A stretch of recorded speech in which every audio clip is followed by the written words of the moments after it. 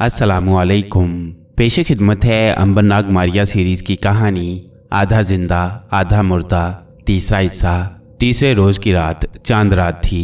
उस शाम नाग ने महसूस किया कि बिल्ली कुछ बेचैन थी। केटी ने भी बिल्ली के मामूल में इस तब्दीली को महसूस किया था। उसने बिल्ली को दूध पीने को दिया। बिल्ली दूध की रकाबी के पास आई, दूध को जरा सा सूंघा और मुंह मोड़ लिया। केटी ने नाग से कहा, नाग तुम देख रहे हो बिल्ली दूध नहीं पी रही। उसे नाग की कमजोर सी आवाज़ आई, जरूर ये आज रात जर्द महल की तरफ जा रही है। तुम इसी झोंपड़ी में ही रहना, हो सकता है मैं बिल्ली के साथ सुबह को आऊं, या हो सकता है वहां कोई ऐसी वैसी बात हो जाए और मैं ना आ सकूं, मगर तुम बहरहाल इसी जगह रहना, हरगिज ये झोंपड़ी छोड़कर ना जाना। केटी ने नाग को यकीन दिलाया कि वो इसी जगह उसका इंतजार करेगी। उसने नाग को हदायत की कि वो अपना ख्याल रखे। बिल्ली अब चलती चलती झोंपड़ी से दूर चली गई। अंधेरा गहरा होता गया, फिर रात हो गई और चांद जर्द चट्टानों वाले मैदान पर निकल आया। जर्द चांदनी में चट्टानें चमकने लगी। बिल्ली बेचैन थी, कभी झोंपड़ी की तरफ जाती और कभी जर्द चट्टानों से दूर जर्द महल वाले दरख्तों वाले झुंड की तरफ देखकर मुंह ऊपर उठाकर हलक से अजीब अजीब आवाजें निकालने लगती।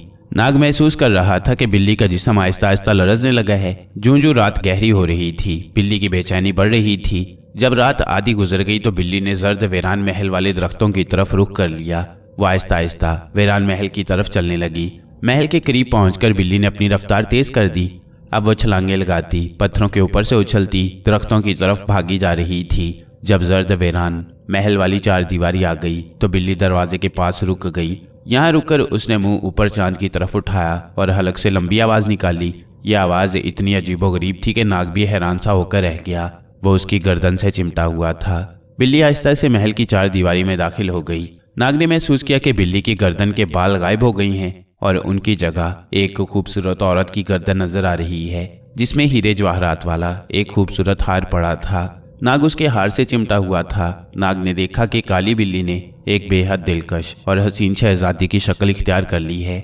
उसके कपड़े रेशमी और रंग बिरंगे थे, बाल लंबे घुंघरियाले बन गए थे, पाँव में सुनहरी जूती थी, कपड़ों से खुशबू आ रही थी। वो बड़े नाजुक कदम उठाती चार दीवारी के वीरान बाग में से गुजरकर, चांदनी में वीरान महल के टूटे फूटे दरवाजे में से गुजरकर महल के सहन में आ गई।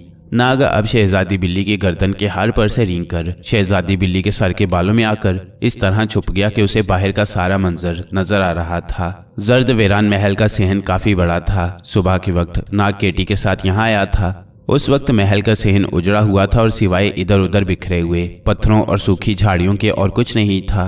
मगर अब वहां रंगो नूर का सैलाब बह रहा था। शामियाने लगे थे, रोशनियां हो रही थीं, जैसे जमीन पर सितारे उतर आए हों।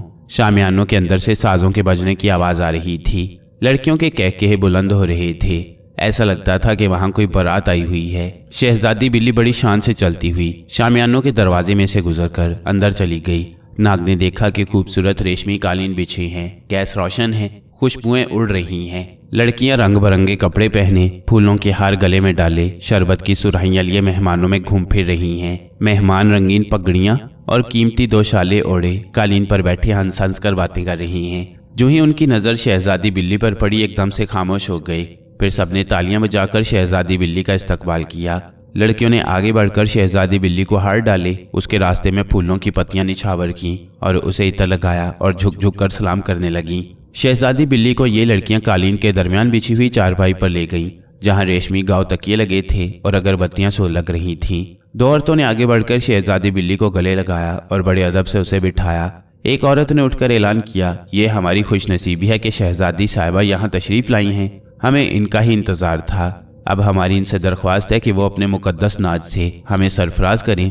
शहजादी ने उठकर सबकी तरफ एक निगाह डाली। जिस औरत ने यह ऐलान किया था वह शहजादी बिल्ली के बिल्कुल करीब ही खड़ी थी। नाग ने महसूस किया कि वो बार बार शहजादी के बालों में उसे देख रही है। नाग घबरा सा गया।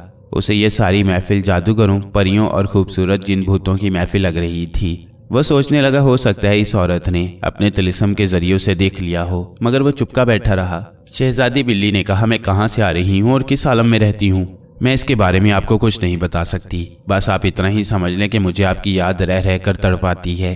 काश मैं हमेशा हमेशा के लिए आपके पास अपनी दुनिया में वापस आ सकती। मेहमानों में से किसी ने कोई बात ना की। सब खामोश बैठे शहजादी बिल्ली की तरफ तकते रहे, जैसे उन्हें कुछ मालूम ना हो कि वो क्या कह रही है। पास खड़ी औरत ने आहिस्ता से कहा, नाग तुम इसकी मुश्किल आसान कर सकते हो। और इसकी वजह से तुम्हारी मुश्किल भी आसान हो सकती है। नाग तो एकदम से ऐसे चौंक पड़ा जैसे किसी ने उसे काट दिया हो। उस औरत को उसके नाम का कैसे पता चला? वो हैरान होकर शहजादी बिल्ली के बालों के अंदर से उस पुरस्कार औरत को अपनी नन्ही नन्ही आंखों से तकने लगा। फिर बोला, तुम कौन हो? पुरस्कार औरत ने कहा, बेशक ऊंची आवाज में बोलो, शहजादी बिल्ली हमारी आवाज नहीं सुन सकती। मैं कौन हूँ और तुमसे क्या कहना चाहती हूँ, इसके लिए तुम थोड़ी देर बाद मुझसे वो कोने वाले खेमे में आकर मिलना। नाग बोला, मगर मैं तो बहुत ही छोटी सी मकड़ी हूँ, यहाँ किसी के पांव तले आकर कुचला जाऊंगा। पुरस्कार औरत ने कहा, तुम इस वक्त हमारी अजीबोगरीब दुनिया में हो। हम तुम्हारे जादू को नहीं तोड़ सकते, मगर इतना जरूर कर सकती हूँ कि तुम हवा में उड़कर मेरे खेमे में आ जाओगे। अब खामोश होकर शहजादी का मुकद्दस नाच देखो। नाग चुप हो गया। शहजादी बिल्ली कह रही थी, मेरी दास्तान बड़ी अलमनाक है। मैं कहाँ से आती हूँ, किस हालत में आती हूँ। तुम लोगों की याद में आंसू बहाती रहती हूँ, क्योंकि ये मेरी असली दुनिया है जिससे मैं दूर कर दी गई हूँ। लोग अब भी ऐसे बैठे थे जैसे उन्हें कुछ भी सुनाई न दे रहा हो, बल्कि अब तो लोग एक दूसरे से बातें भी करने लगे थे। पुरस्कार औरत ने ताली बजाई और बुलंद आवाज में कहा, दोस्तों, शहजादी अब अपना मुकद्दस नाच नाचेगी। ये वाकई बड़ा मुकद्दस रक्स था। शहजादी के इस रक्स ने एक अजीब कैफियत तारी कर दी और वहां ऐसी फिजा छा गई जैसे सारी कायनात शहजादी के साथ मिलकर रक्स कर रही हो। फिजा में फुलझड़ियां सी छूट रही थीं, सितारे झिलमिलाकर टूट रहे थे, खुशबुएं उड़ रही थीं, घुंघरों की आवाजें गूंज रही थीं। जब रक्स खत्म हुआ तो देर तक सब लोग सन्नाटे में बैठे रहे। फिर उन्होंने इतनी जोर से तालियां बजाईं कि आसमान सर पर उठा लिया। शहजादी बिल्ली ने झुककर 3 बार सलाम किया और बोली, अब मैं अपनी वालदा की कब्र पर हाजिरी देने जा रही हूँ। कल रात फिर आपके सामने अपना रक्स पेश करूंगी। ये कहकर वो एक तरफ चलने लगी। पुरस्कार औरत उसके पीछे हो गई। नाग को उस पुरस्कार औरत की आवाज आई, नाग, अब तुम मेरे नीले खेमे में आ जाओ, मैं उसी जगह तुम्हें मिलूंगी। नाग ने देखा कि पुरस्कार औरत एकदम से गायब हो गई है। लोग एक बार फिर जश्न मनाने में लग गए थे। रेशमी कपड़ों वाली लड़कियां मेहमानों में शरबत और फूल तकसीम कर रही थीं। नाग उछलकर शहजादी बिल्ली के बालों में से बाहर निकल आया। वह जमीन पर गिरने की बजाय फिजा में ही रुका रहा। पुरस्कार औरत ने ठीक कहा कि अब वो उड़ सकेगा। उस औरत का खेमा कोने में साफ नजर आ रहा था, जिसके अंदर सितारों जैसी नीली रोशनी हो रही थी। नाग उड़ता हुआ उस खेमे के एक सुराख में से उसके अंदर दाखिल हो गया। क्या देखता है कि अंदर आसमान पर नीले सितारे चमक रहे हैं।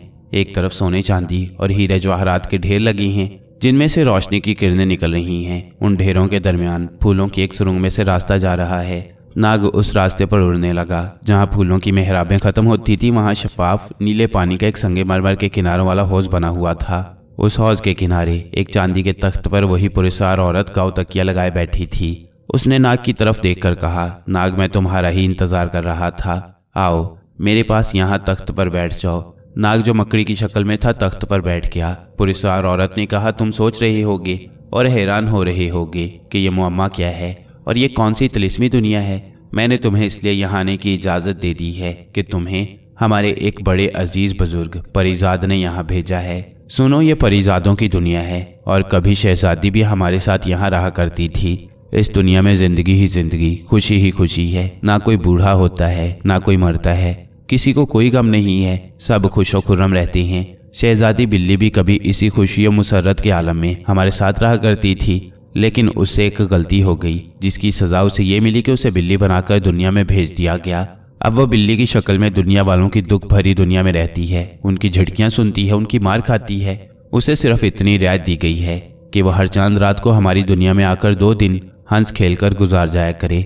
मगर यहाँ दिन के वक्त भी रात का समा ही रहता है और इसी तरह सितारे चमकते रहते हैं। हम सिर्फ चांद के घटने बढ़ने से दिन और रात का हिसाब लगा लेते हैं। नाग ने कहा, क्या मैं पूछ सकता हूँ कि शहजादी परी की मुश्किल किस तरह से आसान हो सकती है? वो कैसे वापस अपनी मुसर्रतों की दुनिया में वापस आ सकती है और मेरे जादू का तोड़ कैसे हो सकता है? पुरस्कार औरत ने कहा, यही बताने के लिए मैंने तुम्हें यहाँ बुलाया है और इसकी खातिर बुजुर्ग परीजाद ने तुम्हें यहाँ भेजा था। अब मेरी बात ध्यान से सुनो। शहजादी बिल्ली का नाम शरफ निगार है। इसको एक गलती की सजा के तौर पर बिल्ली बनाकर परियों और परीजादों की इस जन्नत से निकाल दिया गया है। कल रात वो महफिल में रक्स करेगी। रक्स करते करते उसके जूड़े से 2 सफ़ेद फूल टूटकर गिरेंगे। तुम किसी तरह उनमें से सबसे बड़े फूल के पास जाकर उसे 3 बार सूंघोगे तो तुम्हारी ताकत वापस आ जाएगी। तुम फिर से नाग देवता बन जाओगे। इसके बाद तुम्हारा फर्ज होगा कि तुम शहजादी बिल्ली की मदद करो और उसे फिर से परीजादों की जन्नत में वापस ले आओ। ये ऐसे हो सकता है कि तुम नाग देवता बन जाने के बाद वहां से निकलकर इस वीरान महल के कोने वाले बुर्ज के नीचे तय खाने में जाओगे वहाँ हजारों बरस पुरानी एक शहजादी की लाश दफन है।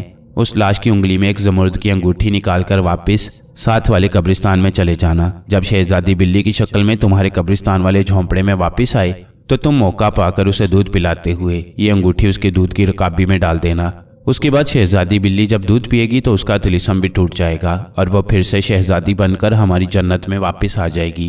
क्या तुम ऐसा करने पर तैयार हो? नाग ने कहा, मैं शहजादी बिल्ली और अपने जादू को तोड़ने के लिए सब कुछ करूंगा। पुरस्कार औरत बोली, बस ठीक है, अब तुम वापस इस महफिल में चले जाओ क्योंकि यहाँ का वक्त तुम्हारी दुनिया के वक्त के मुकाबले में बहुत तेजी से गुजरता है। यहाँ दूसरी रात के मुकद्दस रक्स की तैयारियां हो रही होंगी। ये कहकर पुरस्कार औरत वहां से गायब हो गई। नाग ने आंखें झपकी तो देखा कि वह शहजादी बिल्ली की महफिल में एक तरफ रेशमी कालीन के करीब मौजूद है, इधर उधर फासले पर कालीन पर परिजात बैठे हंस हंस कर एक दूसरे से बातें कर रही हैं। परियां उनमें खुशबू और फूल तकसीम कर रही हैं। शमे रोशन हैं। चूंकि नाग एक छोटी सी मकड़ी की शक्ल में था इसलिए उसे कोई नहीं देख सकता था। नाग वहीं कालीन के साथ चिमटा रहा। इतने में घुंघरुओं की आवाज बुलंद हुई और नाग ने शहजादी बिल्ली को देखा कि सलमा सितारे वाले जर्क बर्क रेशमी कपड़े पहने बालों में सफेद फूलों का जूड़ा सजाए चली आ रही है। परियां और परिजाद उसे देखकर खुशी से तालियां बजाने लगे। फिर साजों की आवाज गूंजी और शहजादी बिल्ली ने रक्स करना शुरू कर दिया। रक्स करते वो बड़ी तेजी से गोल दायरे में चक्कर काटने लगी। ये गर्दिश इतनी तेज थी कि उसके जूड़े से 2 सफेद फूल टूटकर नाग के करीब कालीन पर गिर पड़े। नाग आहिस्ता आहिस्ता रेंगता उन फूलों के पास चला आया। उनमें से एक फूल जरा बड़ा था। नाग मकड़ी ने करीब जाकर फूल पर अपना मुंह रख दिया और सांस अंदर को खींचा।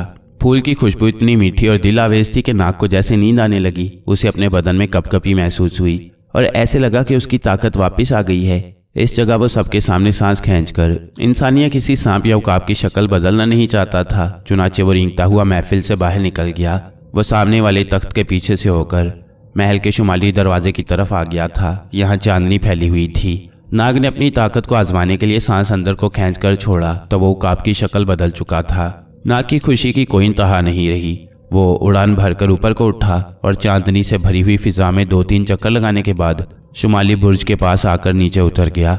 उस बुर्ज के नीचे पुरस्कार औरत के कहने के मुताबिक हजारों बरस पहले की कब्र थी। यहाँ नाग उकाब की शक्ल बदलकर सांप के रूप में आ गया था। बुर्ज के नीचे एक छोटा सा शगाफ था। नाग शगाफ के अंदर दाखिल हुआ तो देखा कि पत्थर के जीने के आगे एक तहखाने में पुरानी कब्र बनी हुई थी। नाग ने कब्र के इर्द गिर्द 2-3 चक्कर लगाए। एक जगह कब्र में सुराख था। सुराख में रेंगने के बाद नाग एक टूटे फूटे ताबूत के पास निकल आया। ताबूत का ढकना मिट्टी बन चुका था। ताबूत में एक औरत की लाश इस हालत में पड़ी थी कि उसका जिस्म अभी तक तरोताज़ा था। नाग ने देखा कि शहजादी की लाश की उंगली में ज़मुर्द की अंगूठी चमक रही थी। नाग ने अंगूठी निकालकर मुंह में थाम ली और कब्र से बाहर आ गया। अब उसका रुख वीरान महल के उस दरवाजे की तरफ था जहां से शहजादी परिजादों की इस जन्नत में दाखिल हुई थी। नाग तेजी से रेंगता हुआ वीरान महल की इस हसीन महफिल से दूर हो गया। फिर वह महल के खंडर से भी काफी दूर चला गया। चांदनी चारों तरफ फैली हुई थी। नाग कब्रिस्तान में दाखिल हुआ तो उसे केटी की तेज खुशबू आने लगी। वो बड़ा खुश हुआ क्योंकि न सिर्फ ये कि उसकी खोई हुई ताकत वापस मिल गई थी बल्कि केटी भी वापस आ गई थी। कब्रिस्तान की झोंपड़ी के बाहर एक दिया रोशन था। बाहर चारपाई पर गोरकन बाबा सो रहा था। केटी झोंपड़ी के अंदर सो रही थी। नाग वहीं एक कब्र की ओट में रुक गया। उसने केटी को अपनी जुबान में आवाज दी। केटी सो कहाँ रही थी, वो तो जाग रही थी। उसे भी थोड़ी देर पहले नाग की खुशबू आई थी। अब जो नाग की आवाज आई तो वो तेजी से उठकर उसकी तरफ आई जिधर से आवाज आई थी। कब्र के पास उसने नाग को इंसानी शक्ल में बैठे देखा तो खुशी से उसका चेहरा खिल उठा।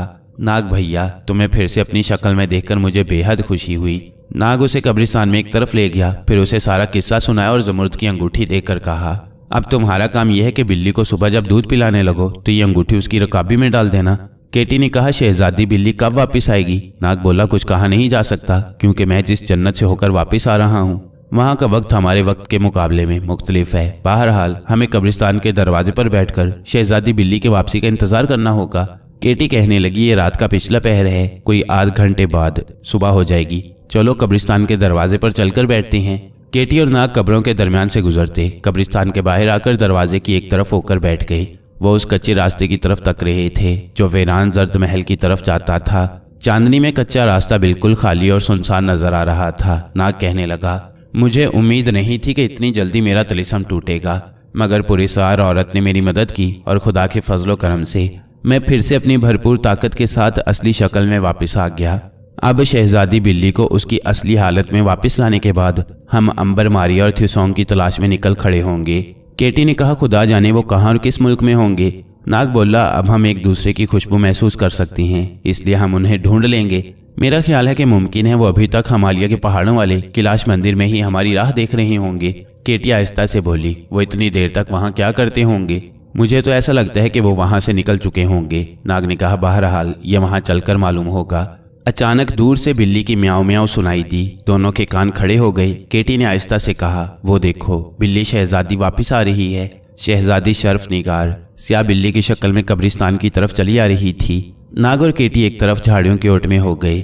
शहजादी बिल्ली म्याऊं म्याऊं करती उनके करीब से गुजरकर कब्रिस्तान की ड्योढ़ी में दाखिल हो गई। केटी ने नाग से कहा, गोरकन बाबा ने तुम्हें नहीं देखा, तुम इसी जगह ड्योढ़ी में ही ठहरो, मैं झोंपड़ी में जाती हूँ। अगर शहजादी बिल्ली ने इस वक्त दूध पीने पर आमादगी जाहिर की तो मैं अभी ज़मुर्द उसकी दूध की रकाबी में डाल दूंगी।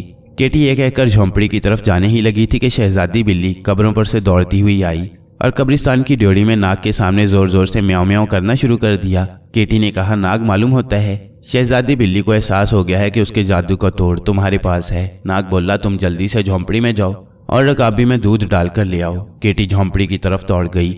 शहजादी बिल्ली अंधेरे में अपनी जर्द जर्द आंखों से नाग को तक रही थी और बड़ी नरम आवाज में म्याऊं म्याऊं कर रही थी।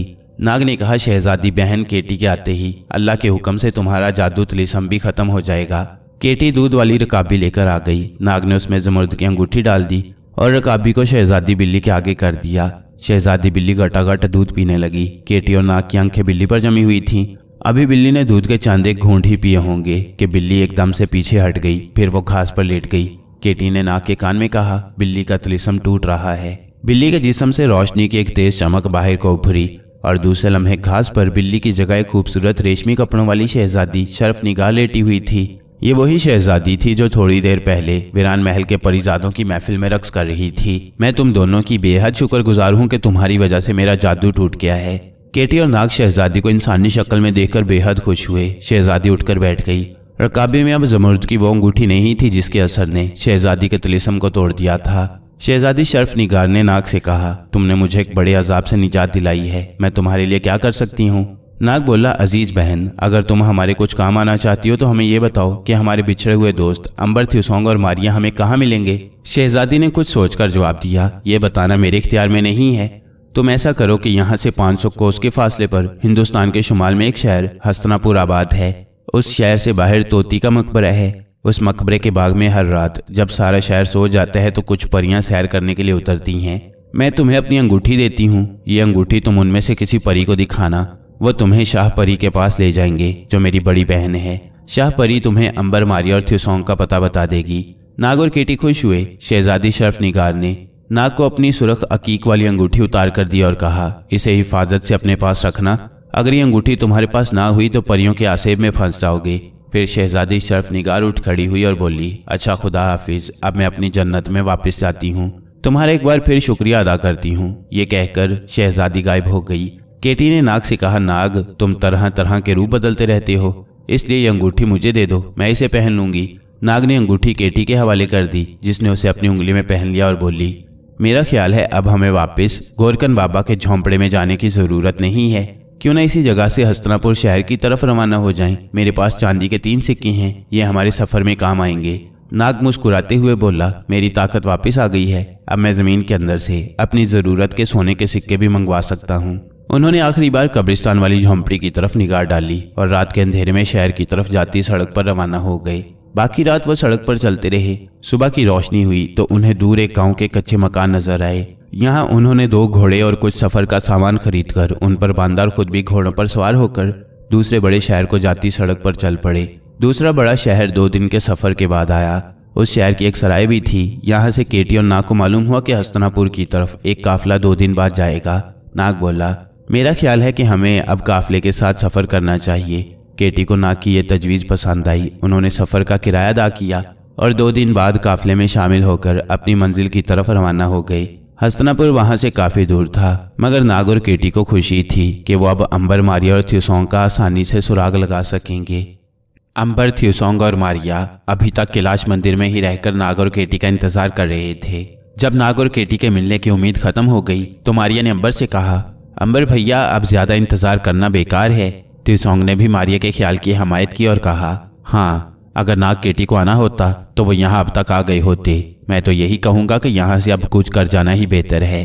अंबर ने कहा, मुझे क्या एतराज हो सकता है, लेकिन हम जाएंगे कहाँ? हिंदुस्तान का तो हमने कोना कोना छान मारा है।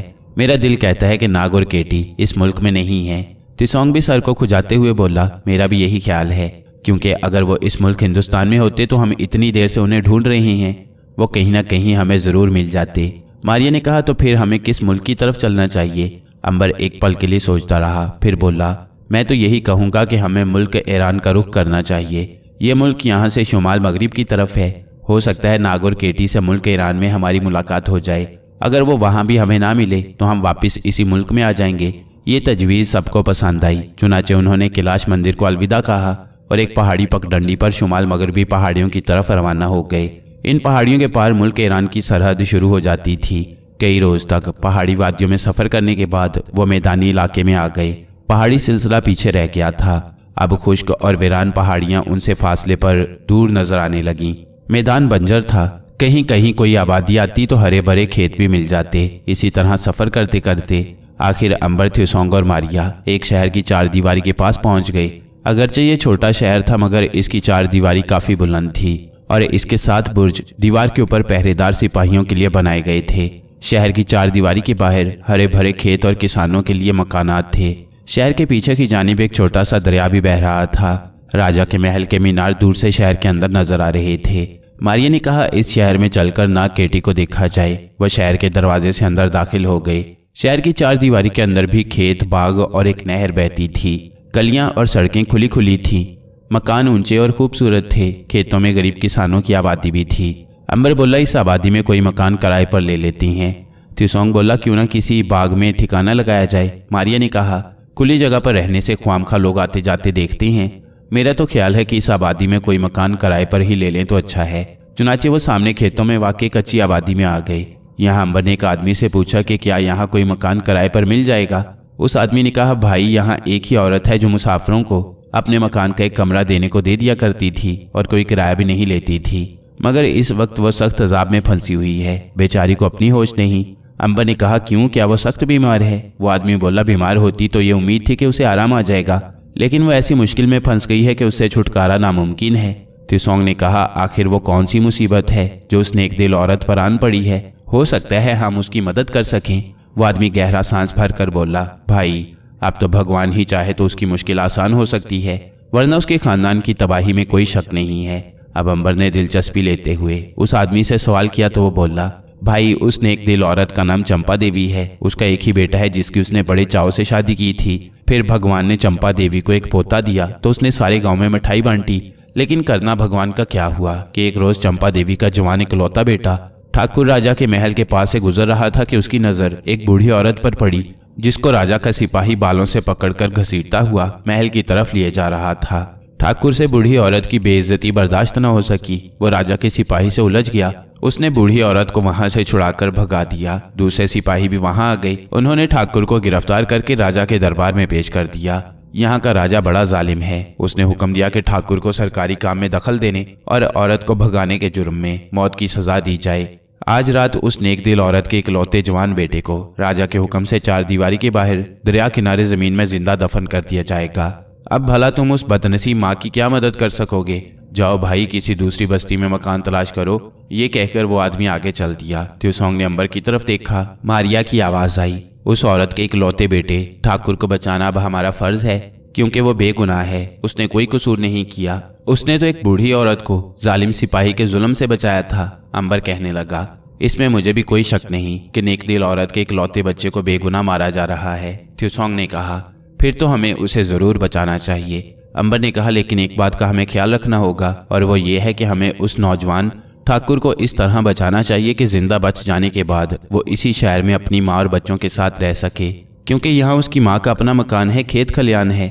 मारिया ने कहा, तुम क्या कहना चाहती हो? अंबर बोला, मेरा मतलब है कि अगर हम ठाकुर को कब्र से निकाल कर ले भी आती हैं तो जाहिर है कि वो सबके सामने अपने घर में वापस आकर रहने लगेगा, तो राजा के सिपाही उसे दोबारा पकड़ कर ले जाएंगे। त्रिसोंग ने कहा, हम उसकी माँ से कहेंगे कि वो अपने बेटे और उसकी बीवी को लेकर यहाँ से किसी दूसरे शहर में चली जाए।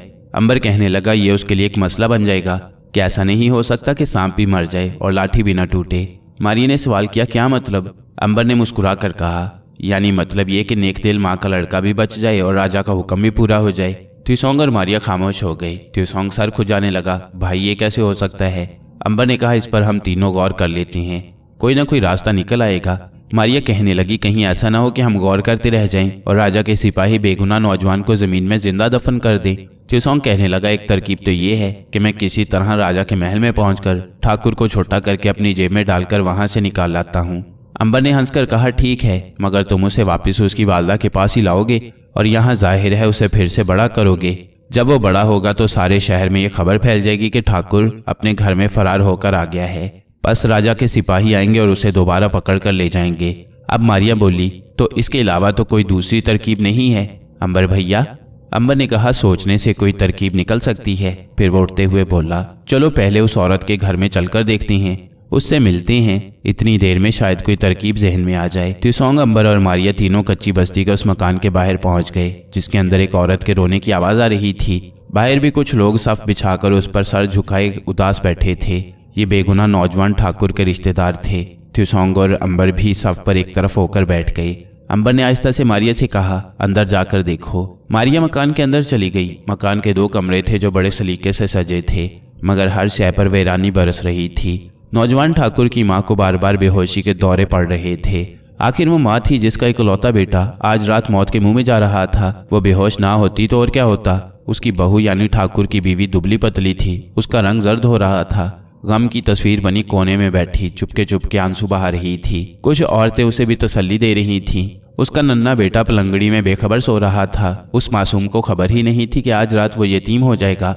मारिया से यह दर्दअंगेज मंजर न देखा गया। वो जल्दी से बाहर आ गई और अंबर त्सोंग के बीच में आकर बैठ गई और बोली, मुझसे तो अंदर का गमनाक मंजर नहीं देखा गया। हमें उस बेगुनाह नौजवान को हर हालत में बचाना चाहिए। अगर वो मर गया तो ये बहुत बड़ा जुल्म और ज्यादती होगी। मैं उसकी माँ की जो हालत देख आई हूँ, मुझे नहीं उम्मीद कि वो अपने जवान बेटे की मौत के बाद जिंदा रह सके।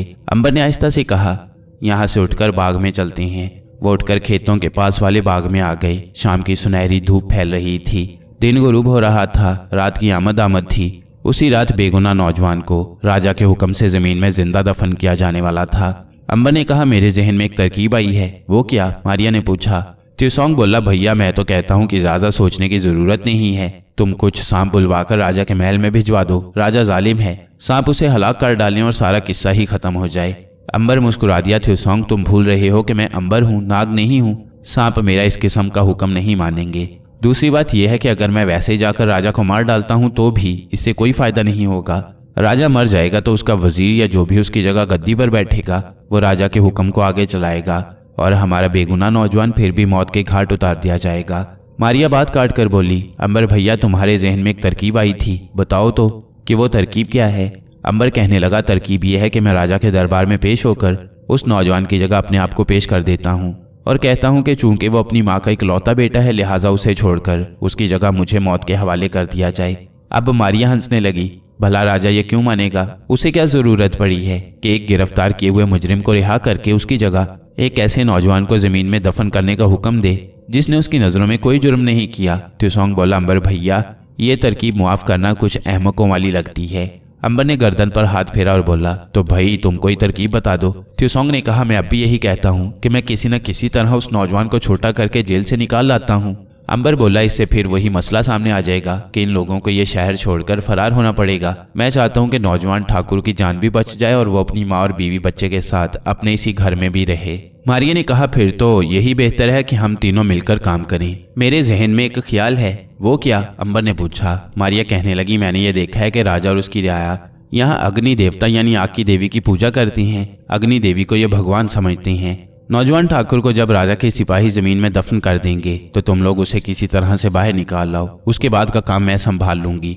अंबर ने कहा, तुम क्या करोगी भला? मारिया कहने लगी, ये मैं तुम्हें अभी नहीं बताऊंगी, मगर इतना यकीन से कह सकती हूँ कि उसके बाद ये नौजवान अपने इसी घर में रहेगा और राजा के सिपाही उसे हाथ नहीं लगाएंगे, बल्कि राजा उसे अपना वजीर बनाकर भी रख सकता है। अंबर और त्सोंग ने कहा कि अगर तुमको अपनी तरकीब पर इतना यकीन है तो हम नौजवान ठाकुर को कब्र में से निकाल लाएंगे। जब ये तय पा गया तो मारिया तो राजा के महल की तरफ हालात का पता चलाने उड़ गई और अंबर और त्सोंग दरिया के किनारे उस जगह आकर एक झाड़ी के पीछे छुपकर बैठ गए जहां नौजवान ठाकुर को रात के वक्त जमीन में जिंदा दफन किया जाना था। जब रात हो गई तो वहां सिपाही आकर पहरे पर खड़े हो गए।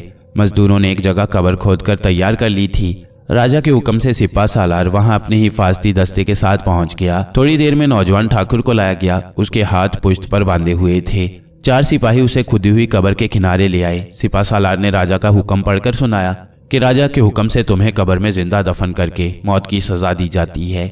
नौजवान ठाकुर का चेहरा खौफ से मुरझाया हुआ था, मगर वो अपनी जान बचाने के लिए कुछ नहीं कर सकता था। उसे यकीन था कि अब उसे मौत के मुंह से कोई नहीं बचा सकेगा। उसे अपनी माँ और बीवी बच्चे का ख्याल आया तो उसकी आंखों से आंसू टप टप गिरने लगे। अंबर और त्सोंग ये सारा मंजर देख रहे थे। इतने में मारिया भी वहां आ गई। राजा के महल में किसी पर इस बेगुनाह की मौत का कोई असर नहीं है। वो लोग अपने ऐशो इशरत में मसरूफ हैं। जब नौजवान को कब्र में जिंदा नीचे उतारा जाने लगा तो उसने चिल्लाकर कहा, मैं बेगुनाह हूँ। राजा मुझ पर जुल्म कर रहा है, भगवान उसको जरूर सजा देगा। सिपा सालार ने हाथ का इशारा किया। सिपाहियों ने उसे कब्र में धक्का दे दिया और नौजवान कब्र में गिर गया। उसके गिरते ही सिपाहियों ने बेलचों की मदद से कब्र में मिट्टी डालनी शुरू कर दी। अंबर ने त्सोंग से कहा, त्सोंग ये तो दम घुटने से मर जाएगा। मारिया बोली, अब मेरा काम शुरू होता है। ये कहकर मारिया कब्र की तरफ तेजी से लपकी। अभी नौजवान मिट्टी के नीचे दबा नहीं था।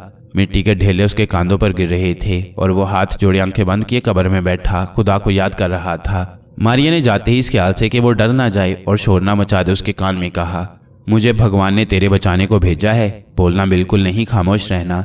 और मारिया ने उसके चेहरे पर अपना हाथ रख दिया। अब मिट्टी उसके मुंह की बजाय इधर उधर गिर रही थी। जब सिपाहियों की निगाहों में नौजवान का पूरा जिस्म कब्र की मिट्टी में छुप गया तो मारिया ने एक ही झटके से नौजवान को उठाकर कांधे पर डाल लिया। मारिया के कांधे पर आते ही नौजवान गायब हो गया। मारिया उसे लेकर फिजा में बुलंद हुई और अंबर त्सोंग के पास आकर बोली, जंगल की तरफ चलो, वो सामने जहां दरिया किनारे दिया टिमटिमा रहा है। अंबर और त्सोंग उठकर उस दिए की तरफ चल पड़े जो कुछ फासले पर दरिया किनारे टिमटिमा रहा था। नौजवान ठाकुर मारिया के कांधे पर गायब था। उसे अपना जिस्म नजर न आया तो उस पर गशी तारी हो गई। इस किस्म के अनोखे तजुर्बे से वो पहले कभी नहीं गुजरा था। मारिया उसे तसल्ली दे रही थी, मगर नौजवान ठाकुर सख्त खौफजदा था और आंखें बंद किए मारिया के नजर न आने वाले कांधे पर लटका हुआ था। दरिया किनारे जहां चिराग जल रहा था वो एक मल्लाह की झोंपड़ी थी। यह मल्लाह झोंपड़ी के बाहर चिराग जलता छोड़कर नौजवान की मौत का मंजर देखने गया हुआ था। झोंपड़ी के पीछे नीची जगह पर झाड़ियां ही झाड़ियां थीं।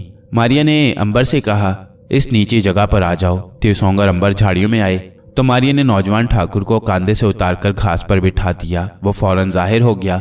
वो बेहद घबरा रहा था। उसे मौत के मुंह से बच निकलने की खुशी भी थी, मगर एक दहशत भी उसके बदन पर तारी थी, क्योंकि उसे अपने बचाने वाली नजर नहीं आ रही थी।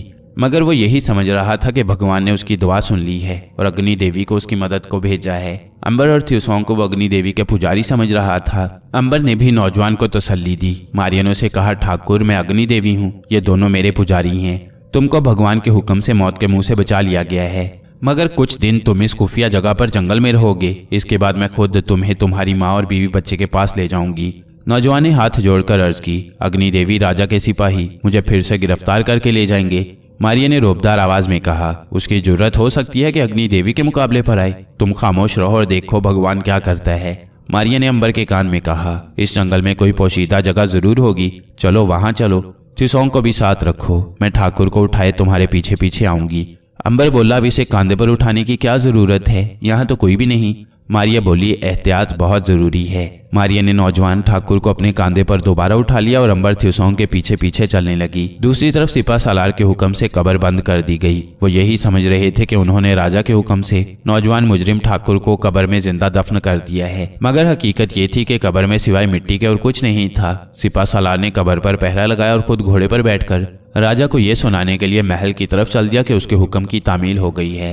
जंगल में अंबर त्सोंग ने एक खुफिया जगह तलाश कर ली। ये एक छोटा सा गार था। नौजवान ठाकुर को उस गार में ले जाकर बिठा दिया गया। मारिया जंगल से उसके लिए फल और पत्तों के धुने में पानी ले आई। फिर उसने नौजवान से कहा, मैं तुम्हारे घर जा रही हूँ ताकि तुम्हारी माँ और तुम्हारी बीवी को जाकर ये खुशखबरी सुनाऊं कि तुम जिंदा हो। नौजवान की आंखों में खुशी से आंसू उमड़ आए। हाथ बांधकर बोला, अग्नि देवी, मैं तेरा खादिम बनकर बाकी जिंदगी तेरी खिदमत करता रहूंगा। क्या तुम मुझे मेरे घर नहीं ले जाओगी? मारिया ने कहा, नहीं, अभी ऐसा नहीं हो सकता। बस तुम खामोश रहो और इस जगह बैठे रहो। मेरे साथ एक पुजारी तुम्हारे घर जाएगा, दूसरा पुजारी तुम्हारे पास इस कार में रहेगा। इसके बाद मारिया ने अंबर को साथ लिया और रात के अंधेरे में ही नौजवान ठाकुर के मकान की तरफ चल पड़ी। उस बेचारे के घर में गम का अंधेरा छाया हुआ था। सब रिश्तेदार जा चुके थे। नौजवान की माँ और बीवी कोठरी में बैठी आहिस्ता आहिस्ता आंसू बहा रही थी। अंबर ने दरवाजे पर दस्तक दी। बीवी ने मुरझाई हुई आवाज में कहा, अब यहाँ कौन आया है भाई? अंबर कोठरी में दाखिल होकर बोला, माँ जी, मैं आपको ये खुशखबरी सुनाने आया हूँ कि आपका बेटा ठाकुर जिंदा है। बूढ़ी माँ और गमजदा बीवी तो अंबर का मुंह तकती रह गईं। माँ ने आंसू भरी आवाज में कहा, बेटा, इस तरह से तुम हमारा गम दूर नहीं कर सकते। ठाकुर की बीवी ने आह भर कर कहा, कभी मुर्दे भी जिंदा हुए हैं? और ये कहकर वो फूट फूट कर रोने लगी। मारिया अंबर के बिल्कुल करीब खड़ी थी। वो बिल्कुल खामोश थी। अंबर ने चिराग जला दिया। कोठरी में रोशनी हो गई। अंबर चारपाई पर बैठ गया और बोला, माँ जी, मैं बहुत जल्द आपके बेटे को लेकर यहाँ आ जाऊंगा। वो जिंदा है और हमने उसे एक खास जगह छुपा रखा है। मगर माँ और बीवी को अब भी यकीन नहीं आ रहा था। मारिया ने अंबर को एक तरफ ले जाकर कहा, अभी नहीं, इससे ज्यादा कुछ ना बताओ, कहीं मामला उलट ना हो जाए। तुम वापस जंगल में जाओ, मैं राजा के महल की तरफ जाती हूँ। अंबर ने एक बार फिर ठाकुर की माँ को तसल्ली दी और इस बात की ताकीद की कि वो इसका जिक्र अभी किसी से ना करे। दोनों औरतें अब भी हैरान होकर अंबर को तक रही थीं। अंबर वापस चला गया। इधर मारिया राजा के महल में पहुंच गई। उस वक्त राजा अपने पूजा के कमरे में सोने के चिरागदान में चिराग जलाए आग की पूजा कर रहा था। शाही पुजारी उसके सामने दोजानू होकर बैठा अग्नि देवी के श्लोक पढ़ रहा था। राजा अगरचे बड़ा जालिम था, मगर वो रोजाना रात को आग की पूजा जरूर करता था। मारिया खामोशी से चिरागदान के पास आई और गौर से राजा को देखने लगी। शाही पुजारी की आंखें बंद थी और वह बुलंद आवाज में श्लोक पढ़ रहा था। राजा ने चिरागदान में जलते हुए दिए की लाट के आगे हाथ बांध रखे थे। उसकी आंखें खुली थीं और चिराग की लाट को देख रहा था। मारिया ने हाथ आगे बढ़ाया और सोने का चिराग उठा लिया। जो ही चिरागदान मारिया के हाथ में आया वो गायब हो गया।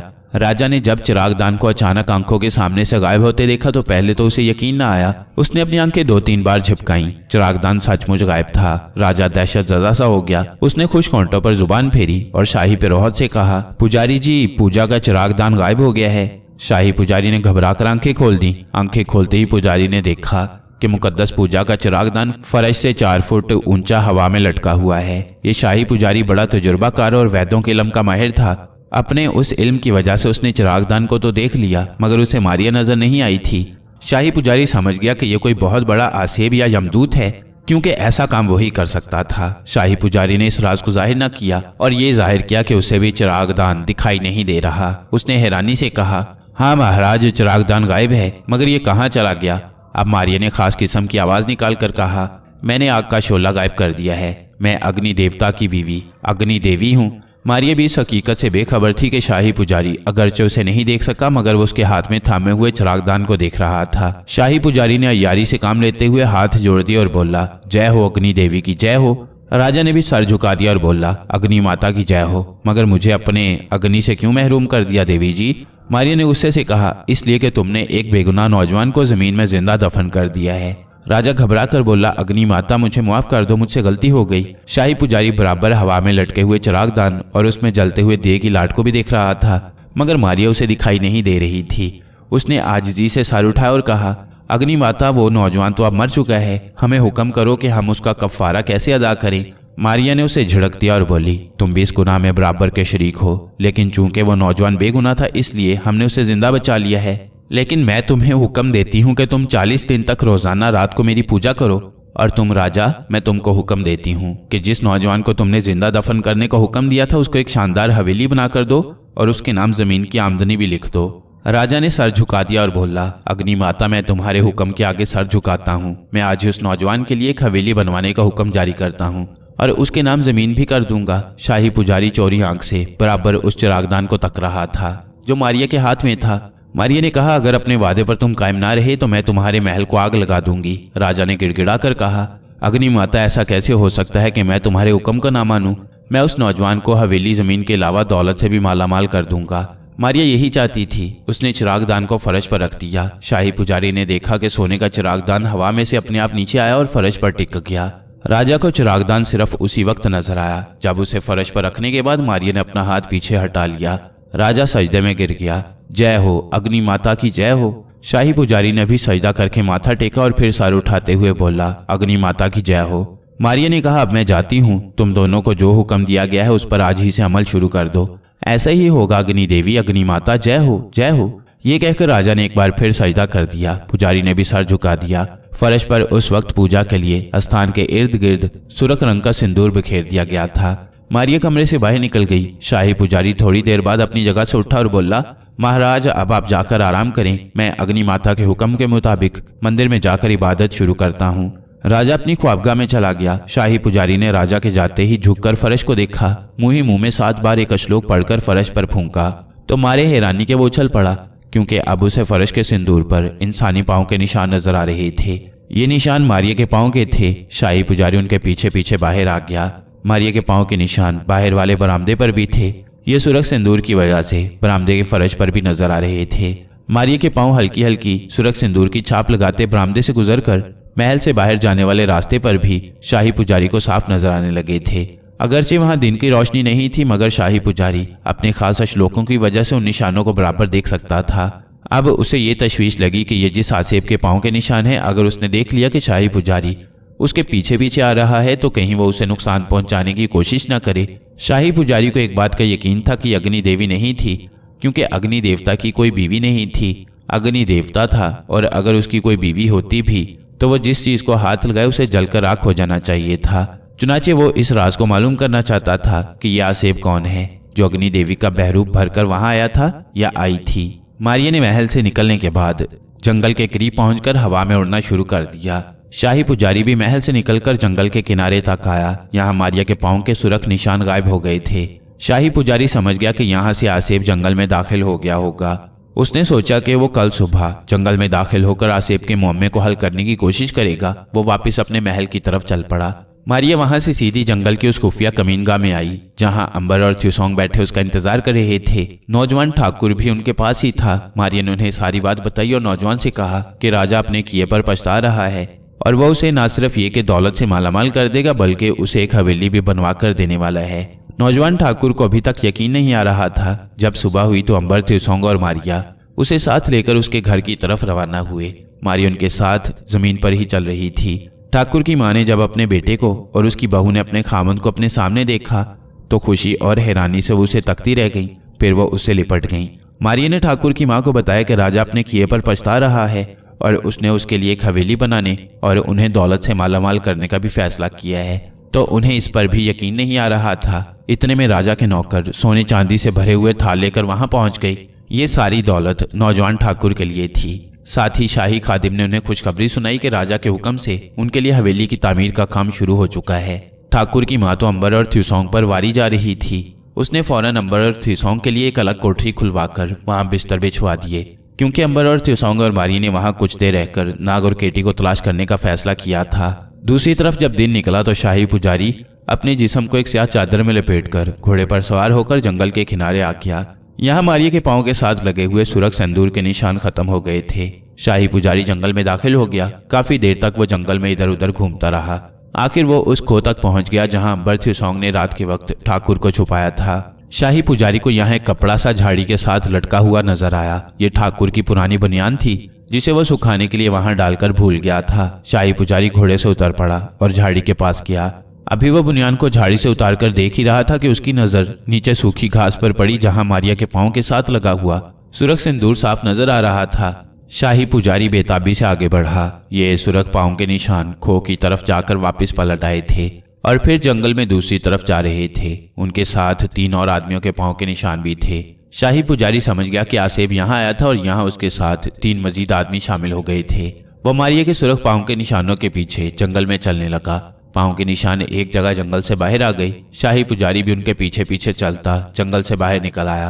पांव के निशान जंगल से दूर खेतों की पगडंडी से होते हुए शहर की 4 दीवारी के बाहर खेतों के पास वाली कच्ची बस्ती की तरफ जा रहे थे। शाही पुजारी को अच्छी तरह मालूम था कि इस कच्ची आबादी में उस नौजवान ठाकुर का मकान था, जिसको राजा ने जिंदा दफन कर देने की सजा दी थी।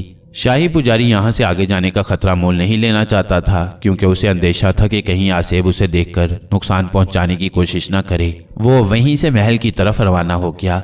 महल के पीछे पुजारी के खास चाले का मकान था। यहाँ जाकर उसने अपने चाले को बताया कि शहर में एक अजीबोगरीब आसेब दाखिल हो गया है, जिसका सुराग लगाना बहुत जरूरी है।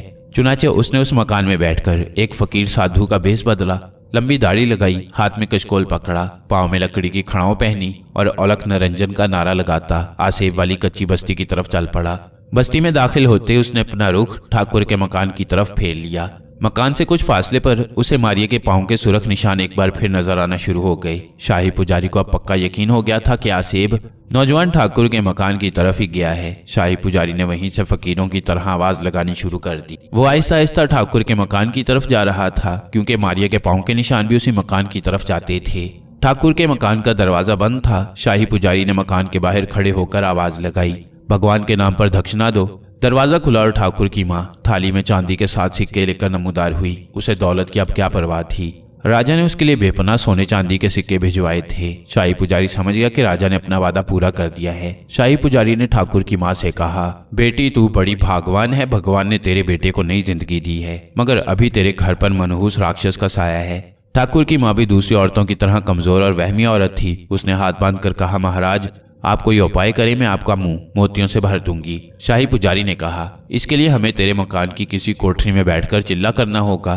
ठाकुर की माँ बोली, जरूर करें चिल्ला महाराज, मेरे धन भाग होंगे। शाही पुजारी बोला, मैं रात को आऊंगा बेटी। और शाही पुजारी खामोशी से आगे निकल गया। जब अंबर थ्यूसोंग और मारिया को पता चला कि ठाकुर की माँ ने किसी साधु फकीर को अपने मकान पर चिल्ला करने के लिए कहा है, तो उन्होंने कोई ख्याल न किया। दोपहर के बाद मारिया थ्यूसोंग और अंबर शहर की तरफ निकल गए कि शायद कहीं नाग या केटी का कोई सुराग मिल जाए। अगरचे शहर की फिजा में नाग और केटी में से किसी की खुशबू नहीं थी, फिर भी उन्होंने अपनी तलाश जारी रखी। शाम तक वो शहर में इधर उधर घूम फिर कर नाग और केटी को तलाश करने की कोशिश करते रहे। शाम के बाद वो वापस ठाकुर के मकान पर आकर अपनी कोठरी में आ गए। मारिया ने कहा, मेरा ख्याल है नाग केटी इस शहर में नहीं है, इसलिए हमें अब मुल्क ईरान का रुख करना चाहिए। थ्यूसोंग बोला, 1 रोज और देख लेती हैं, फिर चले जाएंगे ईरान की तरफ। यूं ही बातें करते करते रात का अंधेरा छा गया। ठाकुर अपनी बीवी अंबर और थ्यूसोंग के साथ बैठकर खाना खाने लगा। उसकी माँ ने दूसरी कोठरी में लोबान सुलगाकर हिरन की खाल फर्श पर बिछा दी थी, ताकि साधु महाराज आकर वहां अपना चिल्ला शुरू कर सके। अंबर थ्यूसोंग इसमें कोई दखल नहीं दे रहे थे। इतने में शाही पुजारी फकीर साधु के भेष में वहां पहुंच गया। उसने अंबर और थ्यूसोंग को एक नजर देखा और फिर उन सबको दुआएं देता कोठरी में जाकर हिरन की खाल पर जाकर बैठ गया और ऊंची आवाज में अश्लोक पढ़ने शुरू कर दिए। अश्लोक पढ़ते पढ़ते उसने महसूस किया कि कोई उसके करीब से होकर गुजर गया है। ये मारिया थी जो उस साधु को देखने आई थी कि वो अंदर क्या कर रहा है। शाही पुजारी ने अपने चेहरे से कुछ भी जाहिर न होने दिया और आंखें बंद किए अनजान बना अश्लोक पढ़ता चला गया। आगे क्या हुआ ये जानिए इस सीरीज की अगली कहानी में, जिसका नाम है लाइट हाउस के ढांचे।